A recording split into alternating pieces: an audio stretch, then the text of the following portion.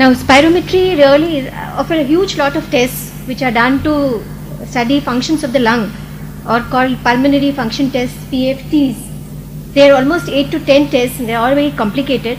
Spirometry is the simplest and easiest test, and most importantly it is more than sufficient in your day-to-day clinic practice. So that is why spirometry must be known, understood. I will not even bother to justify why spirometry is done. For the last few years, every time I begin to talk on spirometry, I go at length to convince you that spirometry must be done. But today, no questions. Just as you don't think about doing ECG in a cardiac case, you should not think about doing spirometry in a respiratory case, particularly airway disorders. Now, why is spirometry, why should it pick up? Why is it easy? Why should you do it? Very simple. Spirometry is the easiest of all tests to be done, provided you have reasonable understanding of it, and it's not difficult to understand spirometry. What exactly is spirometry? It's a measure of airflow during breathing, inspiration or expiration. Now, even expiratory maneuver is sufficient. Now, simply put, this instrument, mouthpiece, once it is ready to use, it works on a 9-volt battery. All I do is take a deep inspiration and expire forcefully and in a sustained manner into this. A blow and then a continuous blowing for as long as I can and as best as I can. So that is sufficient. That once you have done that, you have recorded a spirometry. Now what you are supposed to do is record it again and again. That means a total of 3 times. And if your values are within 5% of each other. Now once you have done your spirometry, what you have is basically 2 ways of, the machine will record it in 2 ways. One is a graphic way and the second one is a numeric way. Now although the graphic way is very illustrative, very interesting, very fancy to see, what you must use, what you really need to use is the numeric values. And the numeric values, sometimes a computerized spirometry gives you about 30 values. Now these 30 values are really not necessary and they confuse you, they frighten you, they confuse and frighten me too, even today. All you need is these basic, not only 4 parameters, I have put 4 parameters here, but as of today the maximum mid-expiratory flow rate has been abandoned because it is not a reproducible parameter. It varies from performance to performance, so this should be given up. Peak expiratory flow rate or peak expiratory flow, PEF, may be recorded with a spirometer only because you can follow it up for long-term monitoring of asthma using cheaper peak flow meters. But essentially, even if you don't have a peak flow recording in a spirometry test, that's all right. So does that leave you with 2 simple parameters? Yes. You have only forced vital capacity and forced expiratory volume in V1 in the first second. Now what is that? When I started blowing, when I blow hard and fast, the maximum amount of air that is expired is in the first second. How much? Around 70% of the total volume of air that I am going to expire. So when I do this,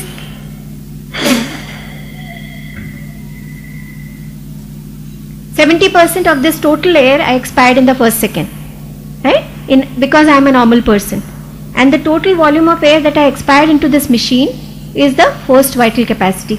So 2 simple parameters really, and these 2 simple parameters are enough for interpretation of spirometry.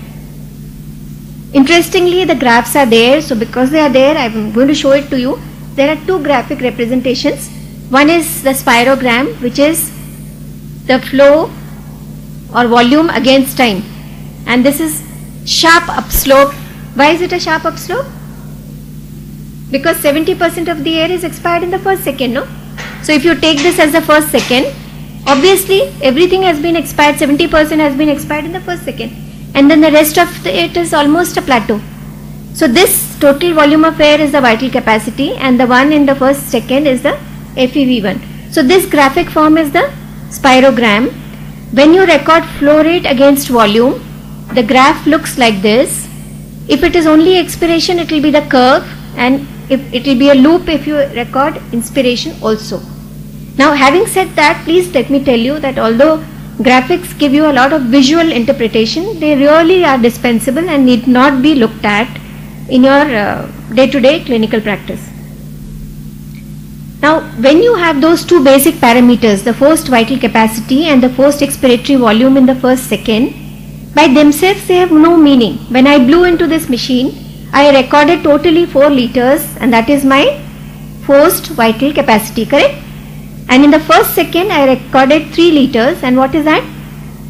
My forced expiratory volume in 1 second. Now 3 liters and 4 liters, by themselves these values have no meaning, because when I call Sanjeev and I ask him to perform, he will blow 6 liters and 4 liters. So does that mean I am abnormal and Sanjeev is normal? No.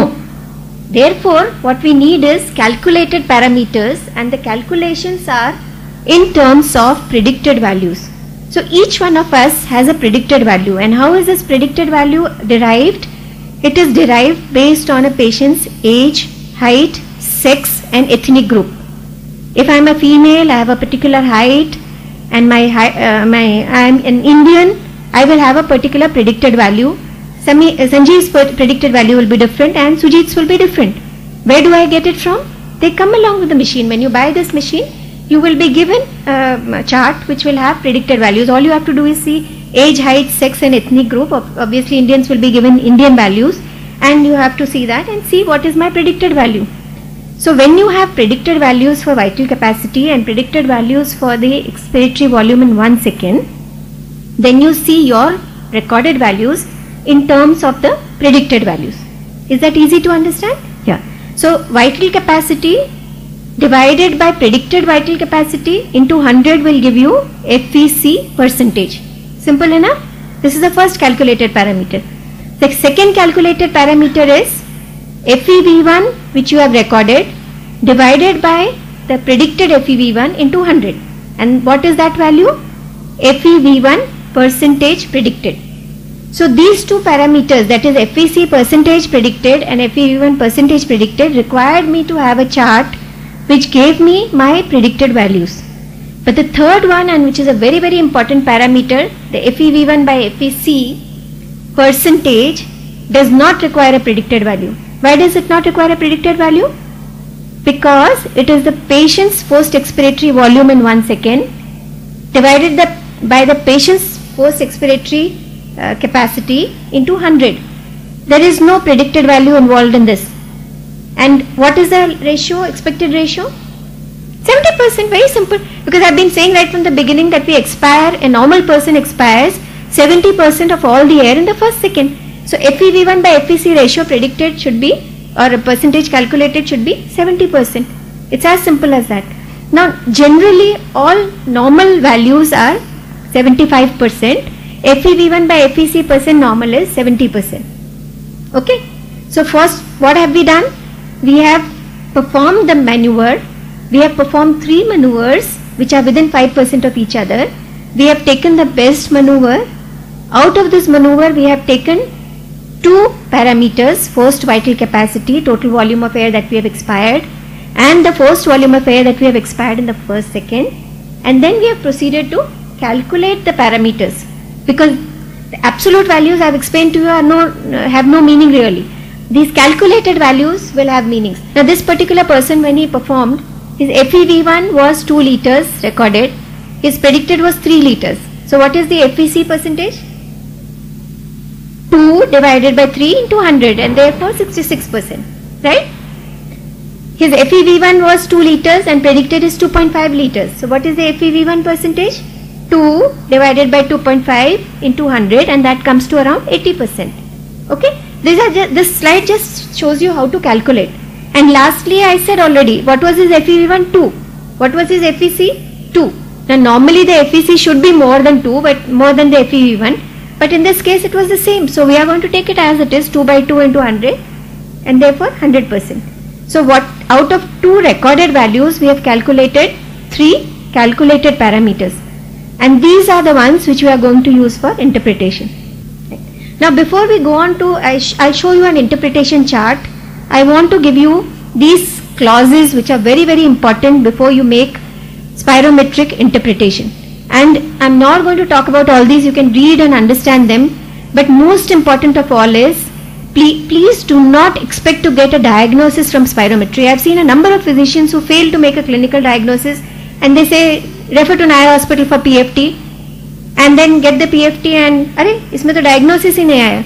You're not going to get a diagnosis from spirometry alone. You have to have a clinical impression, or at least a differential diagnosis of the clinical impression. Then you have spirometry as a diagnostic aid, and put the two together, and then you will have some meaningful answers.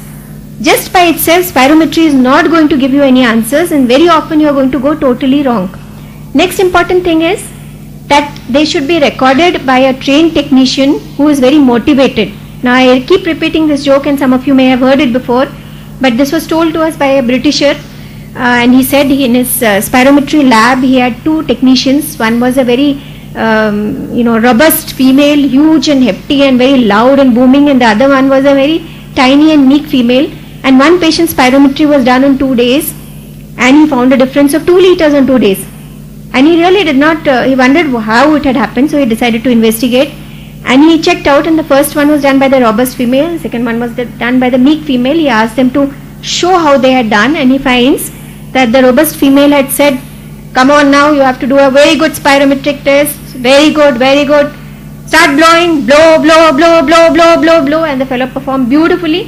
And the other lady came and said, "I am asking you to blow into this machine, please blow, blow, blow, blow," and naturally there is going to be a difference of 2 liters. So you have to have a trained and dedicated technician who is getting to cooperate, getting to have the maximum cooperation from the patient. Otherwise the recordings are, you have a machine, fine, you get somebody to do it, fine, and then you use any report that is handed over to you, that's not going to be all. So you have to have a reliable technician. If you don't have one, you can do it yourself if you are motivated enough. But by all means, do a good test and then only interpret it. Another thing, important thing to remember is, please try and compare spirometries done on the same machine. If you have done the first one on this machine, the second one also should be done on this machine. One on this machine, one on another machine in Bombay Hospital, another one at Patna, another one at Bhopal. You don't know how it has been done, you don't know how the machines have been maintained, so you can get very, very varying results. So with these basic rules, if you interpret spirometry, you are more likely to be right than wrong. Now this is the interpretation chart. It's not a chart made easy only for you. This is an internationally recommended decision chart, and it uses the two ratios: forced expiratory volume in 1 second by forced expiratory capacity, that is FEV1 by FEC percentage. What is this? Patient's FEV1 by patient's FEC into 100. And the second one is forced vital capacity percentage, that is recorded vital capacity divided by predicted vital capacity into 100. Okay, just these two. The FEV1 percentage is not used here, it is used to grade severity of airway disorders. Now how do we begin? This is something which is patient independent. A patient cannot deliberately determine how much is going to expire in the first second. But if it is a second technician, blow technician, the patient's FVC is going to be low. So what is FVC? FVC is a patient dependent parameter, but FEV1 by FVC is not a patient dependent parameter. So therefore you begin by using the FEV1 by FVC percentage, and if it is normal, you look at the FVC percentage, provided you have been assured that the test has been done well. And if that is normal also, then it is a normal test. Simple enough? Okay. FEV1 by FEC percentage normal. Look at the FEC percentage which has been done well by a cooperative patient and a technician who was enthusiastic. FEC is reduced. There is clinical or radiological reason for you to suspect a restrictive abnormality. Now you are going to make a diagnosis of restrictive abnormality. Fine? So this is one aspect of it. Second aspect, second arm is the ratio itself is reduced. Now FEC percentage reduced in the ideal circumstances diagnoses or helps diagnose what kind of abnormality? Restrictive abnormality. But FEV1 by FEC, when it is reduced, it diagnoses an obstructive abnormality. So when it is reduced, already you know that the patient has an obstructive abnormality. But we do have to look at the FEC percentage, obviously. That is normal. So what kind of an abnormality is it? A pure obstructive abnormality. Okay? It is mandatory for you after that to repeat the test with 200 or 400 micrograms of salbutamol, wait for 30 minutes and do the whole exercise again, that is 3 tests, take the best test and repeat the values and compare the post bronchodilator value with the pre-bronchodilator value. If the FEV1 in liters increases by 200 ml and 12%, this is American Thoracic Society criteria, both have to be satisfied, 12% and 200 ml, then in spirometric terms this is called good bronchodilator reversibility. It was earlier taught that good bronchodilator reversibility means asthma and poor reversibility means COPD. Today it is no more true. You could have poorly treated asthmatics not showing good reversibility and a lot number of COPD patients showing good reversibility. So this parameter reversibility criteria is only for interpretation of spirometry.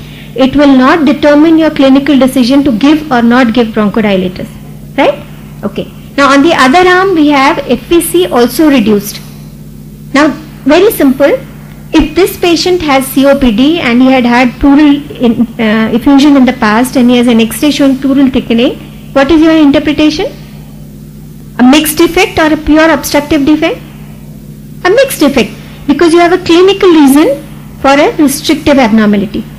But, so therefore if you have FEV1 by FVC reduced obstruction, but FVC reduced also, then a mixed defect provided you have a clinical reason to suspect a mixed defect. But what happens if you do not have any clinical or radiological reason for a restrictive abnormality, yet your forced vital capacity is low? Now this requires a little bit of explanation, maybe a little difficult, but not really very difficult. See, as the severity of obstruction increases, what happens is that air gets trapped in the lungs. Now if air is trapped in the lungs, will the vital capacity reduce?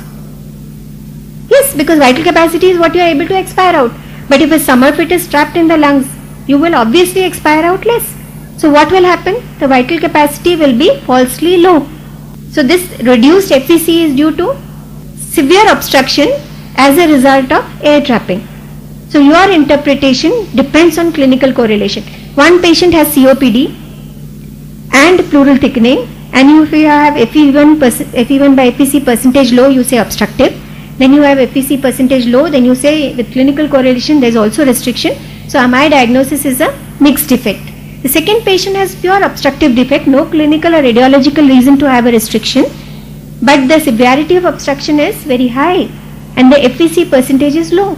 So from your knowledge and logic you will say pure obstructive severe defect, the low FVC does not suggest a restriction, it is due to air trapping. Is that clear? So this is the chart-wise interpretation of spirometry, very easy. Anytime you have a spirometric report in front of you, however, you may have 50 parameters in it. Don't get confused. Just underline these FVC percentage, FEV1 by FVC percentage, FEV1 percentage. Use this chart and interpret your spirometry. You will find it very confident to interpret your spirometry. Okay? Now graphic interpretation I have told you is not all that important, but just to tell you, now in a restrictive abnormality, the graph, this sharp FEV1 in 80%, 70% and then plateau, this is maintained in a restrictive graph. But what is the difference between a normal and a restrictive graph? It is shrunken. So a restrictive graph to look at is shaped like a normal graph, but only it's a miniature graph. Whether it is in a spirogram or it is in a flow volume loop. See, in a flow volume loop also it is shaped normally, but it is a small shrunken miniature graph. So if you do want to look at the graphs, this is the graphic interpretation, otherwise you can skip it. Now this is a restrictive report. Now you will have to read and tell me whether you agree or no. Everything is there on the diagnosis is IPF, the values are there, they have been highlighted and the diagnosis is there, but you will have to tell me why I have called it a restrictive abnormality. Which value I am going to look at first? FEV1 by FVC percentage or FVC percentage? FEV1 by FVC percentage. So you look at this one. Okay? Now if you notice the pre-bronchodilator, post-bronchodilator are nearly the same values. So there is no bronchodilator reversibility, which you do not expect in a restrictive abnormality anyway. So we ignore this and we just look at the pre, and let's look at the FEV1 by FVC percentage.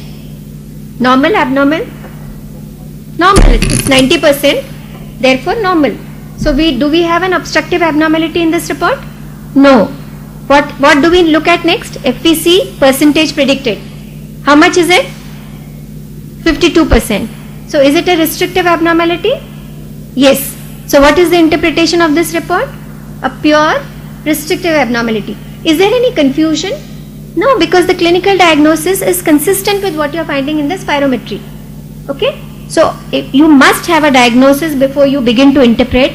Interpret using the simplest values, use the chart format, and you will come to a correct diagnosis.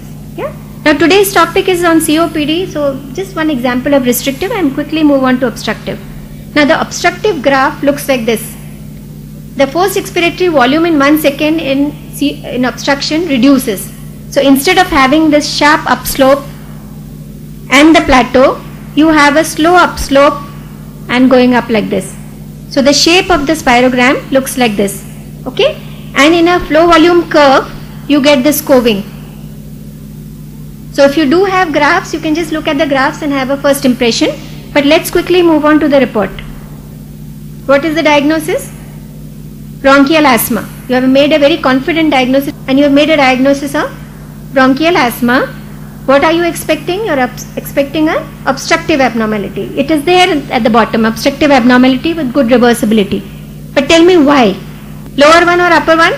Lower one. Now remember, in this case there is good reversibility. So we look at the baseline value first. What is happening to the FEV1 by FVC percentage? Low. So what are you diagnosing straight away? Obstructive abnormality. Now we need to look at the FVC percentage also. Low, normal? Normal. Not almost, it is normal. So what is your diagnosis now? Obstructive abnormality. But we do need to look at the reversibility. Now reversibility, you are not going to look at the percentages. You are going to look at the absolute value of FEV1 in liters. Now how much has it increased? 400 ml and 35%. What is the criteria for good reversibility? 12% and 200 ml. So is this report correct? Obstructive abnormality with good reversibility? There you are. So two types of abnormalities, two ways of interpretation. Now if this was less than 12% and 200 ml, I would have said obstructive abnormality with poor bronchodilator reversibility. If my diagnosis on top was COPD, I would have said obstructive abnormality, poor reversibility, consistent with COPD. Here it is asthma, so I would say obstructive abnormality, good reversibility, consistent with bronchial asthma. As simple as that. Right? Now next we quickly move on to use of, there are certain limitations of spirometry. Not everything is unfortunately so easy, although I have been asked to make it easy, but there are certain limitations and I cannot go on further without giving you the limitations. Now FEV1 by FVC percentage, although it is foolproof to diagnose obstructive abnormality, there are two limitations. Now the first limitation is, as a person grows beyond 60 years of age, the FVC falls more than the FEV1. So what will happen to the ratio? Ratio will decrease. Does that mean that the old man has COPD? No. So if there are no clinical features of COPD and you have an elderly person showing a low FEV1 by FVC percent, remember it is just due to old age. This is one limitation. The second limitation, I have already explained part of it to you. Now in severe obstruction, if the FVC reduces markedly due to air trapping, what will happen to the FEV1 by FVC percentage? Will it go up or go down? Up, because the denominator is much less than the numerator. So if you are expecting the percentage to be low, but as the severity of obstruction increases, the FVC due to air trapping reduces more. So what will happen to the FEV1 by FVC percentage? It begins to go up. So this phenomena is called false normalization, right? And you must keep it in mind when you do serial spirometries. As the patient's disease worsens, you will find at a particular stage his FEV1 by FVC percentage, which was low, now begins to go up, and you will get confused as to how I should interpret it. This is the limitation, and you will know that this is false normalization. Is that clear? Now FVC, as I have already told you, blow, blow, blow, blow, blow, blow. So patient dependent parameter, you have to be very wary about it. Don't take every spirometry that is handed over to you from any lab at face value. Make sure it is done from a good lab by a good person. Number two, I have told you already, reduction in FVC in severe airway obstruction occurs because of air trapping. So in moderate to severe obstructive disease, when you have low FVC, it cannot be used as a parameter for restrictive abnormality. Barring these limitations, these parameters are nearly foolproof. Okay. Now role of spirometry in COPD quickly. One, it identifies at-risk individuals, and I'll show you a graphic display which will help you understand this very clearly. Two people, you know how many percentage of people who smoke actually develop COPD? Suppose 100 people smoke 40 pack years, how many of these will develop COPD? All 100? 15% only. What happens to the other 85? They are very lucky. They are not genetically predisposed. These 15 are very unlucky, they are genetically predisposed. What that genetic predisposition is, we do not as yet know, but this is a fact. So how do we, of all the smokers, we should target smoking cessation to the predisposed individuals. How do we know they are predisposed? By doing yearly spirometry, and the next graph I'll show you how we do it. Then obviously to confirm the diagnosis by showing obstructive abnormality with poor or good bronchodilator reversibility. To assess the severity by seeing the FEV1 percentages. To estimate lung age, this is a very interesting concept. Then to assess the result of smoking cessation and to aid smoking cessation. And finally to see response to therapy. Now I have each slide, one slide for each. I'll quickly go over it. It's not difficult to understand if you have understood the previous concepts. Now this is a famous graph by Fleischer and Peto, and this is very interesting. This is age in years. Now 25 is the beginning, because at 25 you have maximum lung functions developed. After 25, every individual, even the healthiest of individuals, begin to lose 30 ml of FEV1 per year.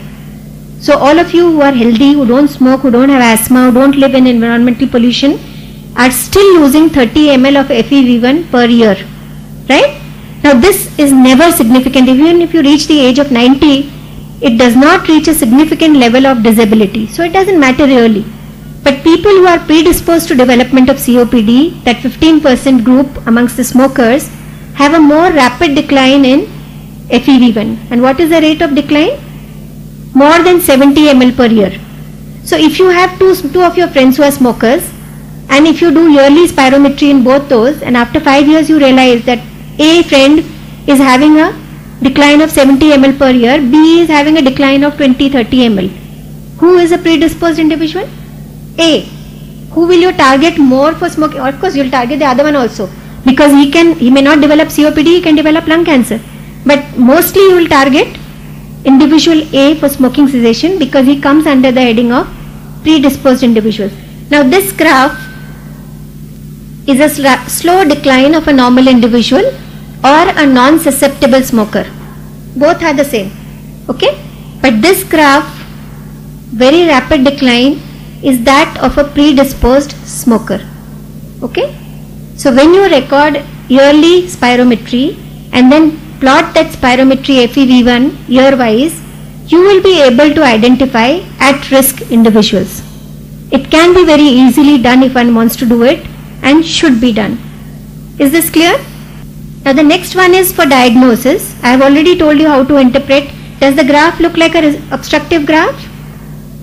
So graphs themselves tell you these are obstructive spirometries, but we are not interested. Let's look at this. Now pre and post bronchodilator values are the same, so there is no reversibility. What is this now? FEV1 by FVC percentage is 62%. How much should that have been?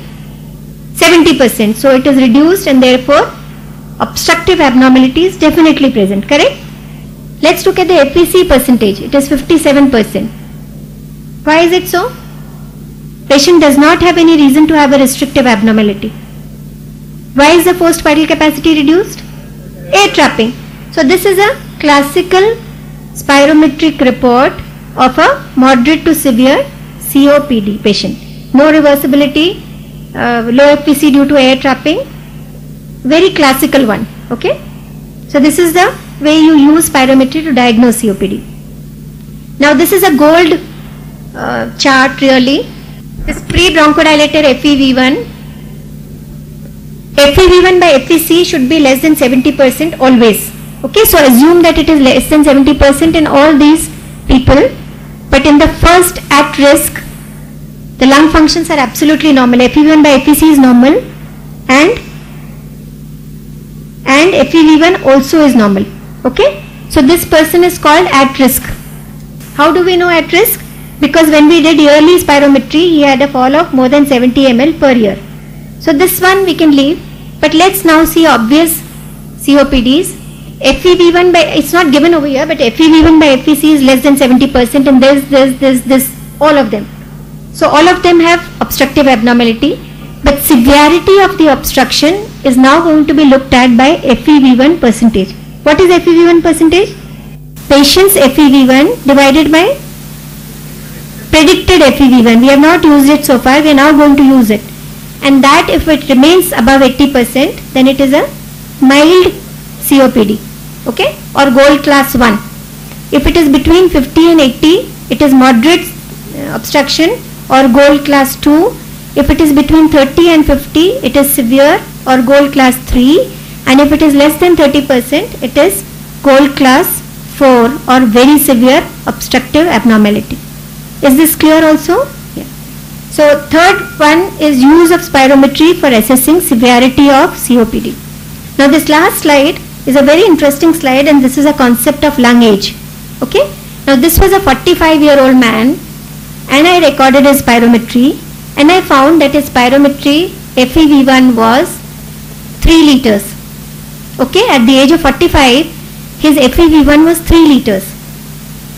Now when I saw his predicted FEV1 for at the age of 45, it was 5.5 liters. So obviously it was very low. Right? Then what I did was I went down the chart for his age, height and sex.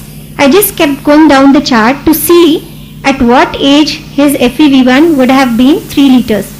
And what did I find?